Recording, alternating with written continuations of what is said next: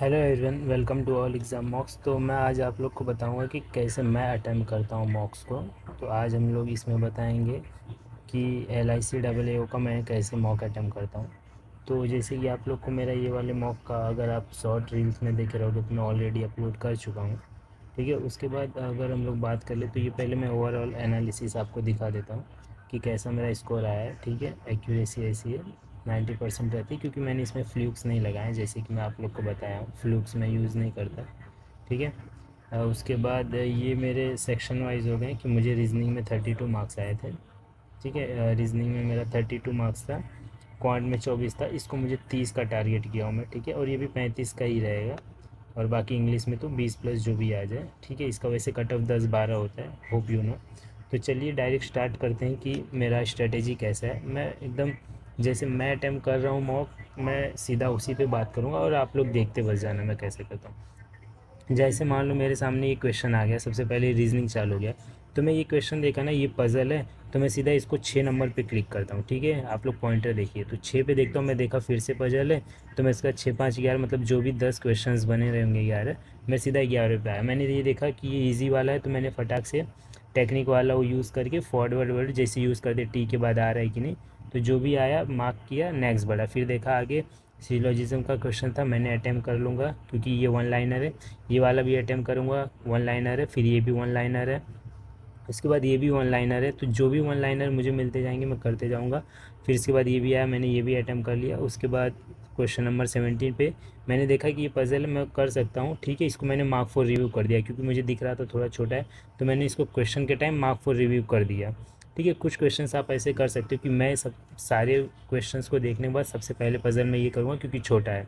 ये करने के बाद मैं 5 क्वेश्चन स्किप करता हूँ, तो 19 20 पे 21 पे आ जाएगा ना, 22 पे। ठीक है, 22 पे आया, इनक्वालिटीज़ का आया, इसको सॉल्व किया मैंने। ये मेरा वन गो वाला है, फिर मैंने इसको भी किया। ये मेरा थोड़ा सिली मिस्टेक हो गया, अदरवाइज़ मैंने इसको फिर किया, फिर मैंने इसको किया, फिर उसके बाद 26 का आया। मैं मोस्टली ये वाले क्वेश्चंस नहीं करता हूँ क्योंकि ये बहुत ट्रिकी होते हैं।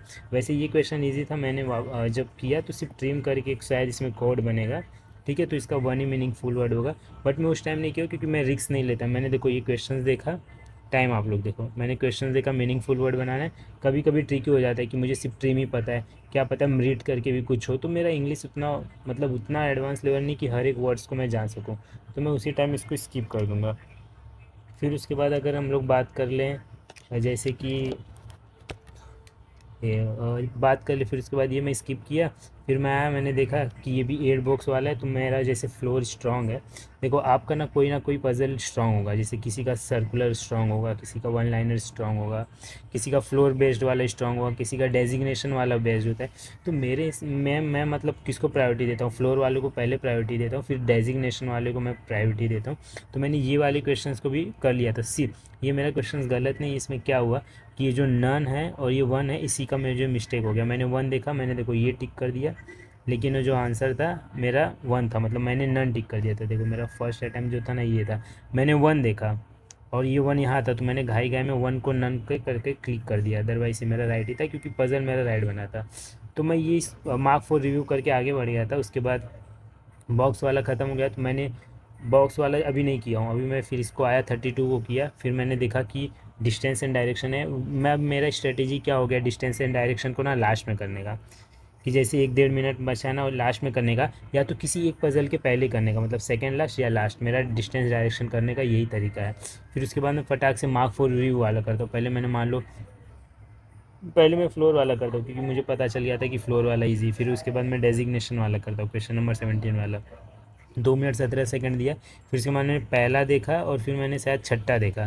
तो मैंने देखा कौन सा कर सकता है, तो मैंने बोला कि मुझे डेट्स वाले ज़्यादा पसंद, क्योंकि जैसे मुझे फ्लोर वाले अगर पसंद है तो मुझे कुछ डेट वाले भी दिए रहेंगे तो मुझे ज़्यादा अच्छा लगेगा, क्योंकि इसके वर्डिंग्स भी थोड़े बड़े थे क्वेश्चन नंबर 1 वाले। तो मैंने इसको स्किप करना बेटर समझा, तो मैंने बोला कि इसको बाद में करेंगे। अभी ऐसा लॉन्ग फॉर्म में आपको ज़्यादा दिख रहा होगा, पर उस टाइम मुझे देखने में बल्कि लग रहा था। तो सबसे पहले मैंने क्वेश्चन 6 किया। आप लोग पज़ल का टाइम देखो, जैसे इसमें 2 मिनट लगा था, इसमें भी मैंने 2 मिनट 17 सेकंड, क्योंकि PYQ वाला जो आया था इजी आया था। फिर उसके बाद जो मैंने ये वाला किया, तो इसके बाद क्या हुआ ना, मैं इसको करने से पहले डिस्टेंस डायरेक्शन कर लिया मैंने, जो कि मेरा 1.5 मिनट गया। इसके बाद क्या हुआ, मेरे पास टाइम मिल गया, और मैं टाइम की वजह से क्या होता है कभी कभी इंसान थोड़ा स्लो करने लगता है, तो उसी का कारण ये 4 मिनट में हो गया। अदरवाइज़ मुझे लगता है इसको करने का आइडियल टाइम 3 से 4 मिनट के अंदर बहुत था। तो ये वाला क्वेश्चन हो गया। अब मेरा पूरा 35 क्वेश्चन ख़त्म हो गया। फिर मैं सीधा किस पे जाऊँगा, सेक्शन चेंज करूँगा। तो मेरा अब सेक्शन कौन सा आ जाएगा, अच्छा सेक्शन ऐसे नहीं आ रहा है। तो मान लो मैंने 35 क्वेश्चंस किया, फिर उसके बाद कौन सा आ गया मेरा, मैथ्स का चालू हो गया। मैथ्स में देखो ये भी सिली मिस्टेक्स में ही चल गया, 14 400 420 आएगा, लेकिन मैं नॉन ऑफ दिस कर दिया क्योंकि 9 10 16 होता है और मैं इसको 13 कंसिडर कर रहा था कब से, मतलब ऑफ कोर्स कभी कभी घाई घाई में हो जाता है। तो मेरा पहला वाला गलत था, बट मुझे लग रहा था राइट था, तो मैंने मार्क करके आगे बढ़ाया।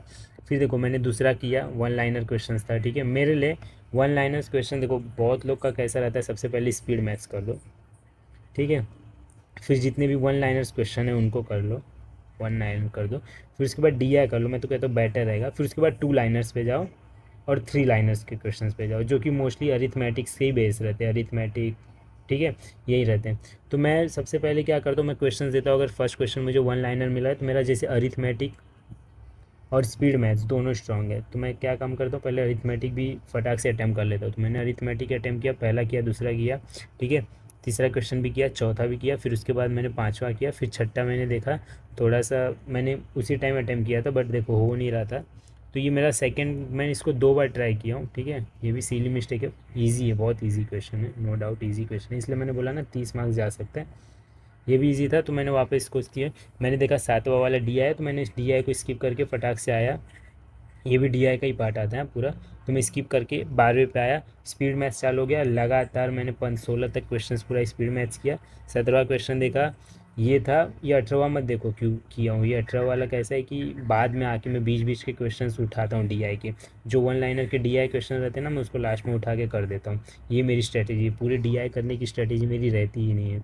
देखो एक क्वेश्चंस करूँ मैं या 5 क्वेश्चन डी आई का करूँ, मतलब सेम ही है। तो अगर मैं 5 क्वेश्चन को डी आई करने में मैं अगर 6 मिनट लेता हूँ, अगर वही मैं 3 क्वेश्चंस को 3 मिनट के अंदर 2 मिनट में ही करके निकल लेता हूँ, तो मैं 3 करके 6 वाला छोड़ दूँगा, क्योंकि मैं कहीं और टाइम भी दे सकता हूँ। तो मैं डी आई छोड़ के फिर आ जाता हूँ किस पे, वन लाइनर्स पे आ जाता हूँ लगातार। फिर मैं वन लाइनर्स लगाते रहता हूँ, कि जैसे मैंने बताया मेरा ऑलरेडी ये सब स्ट्रॉन्ग है। तो मैं ये सब लगाया गया पूरा, ये तो आ गया था ये वाला, ठीक है। तो मैंने ये क्वेश्चंस वाले भी क्वेश्चन कर लिया। फिर मेरे पास कुछ मिनट्स बचे थे, तो मैं सबसे पहले यहाँ आया, वन लाइनर देखा, थोड़ा कन्फ्यूज़न की वजह से ये क्वेश्चन मेरा नहीं हो पाया, उसकी वजह। उसके बाद मैंने देखा कि ये पूरा डी आया तो नहीं सॉल्व करने बैठूंगा मैं 17 वाला, तो मैंने इसमें से 18वां उठा लिया, 21वां उठा लिया, ठीक है। ऐसे करके मैंने एक दो क्वेश्चन उठा लिए, तो ऑलमोस्ट मेरा कुछ 2 क्वेश्चन, एक सेकेंड, एक दो, ठीक है, 2 क्वेश्चन गलत हुआ, अदरवाइज़ ठीक है, 2 क्वेश्चन गलत हुए, और मैंने कुछ 2 3 4 5 6 7 8 9 10 क्वेश्चन स्किप हो गए, इतने तो नहीं होने चाहिए, ठीक है। मैं ट्राई करूँगा कि एक और मॉक दे दूँ ताकि और बेटर एनालिसिस करा पाऊँ।